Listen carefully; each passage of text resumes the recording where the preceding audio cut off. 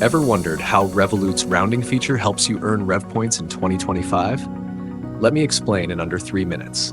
Step 1. What is Revolut Rounding? Revolut Rounding automatically rounds up your card payments to the nearest whole number. The spare change is then saved or used to earn RevPoints depending on your settings.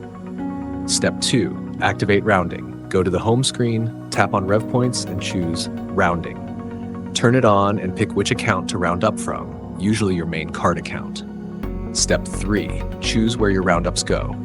You can set your roundups to save in a vault, go toward investing, or be converted into RevPoints for rewards. Step 4. Earn with every purchase. Each time you buy something like coffee for $2.60, Revolut rounds it to $3 and applies the 40 cents difference. You earn RevPoints or save it depending on your setup. Tip: you can multiply your roundups by 2x, 3x, or more to save or earn faster. Just be sure your budget can handle it. So that's how Revolut Rounding works in 2025. An easy way to earn points while you shop. Like and save this guide if you found it helpful.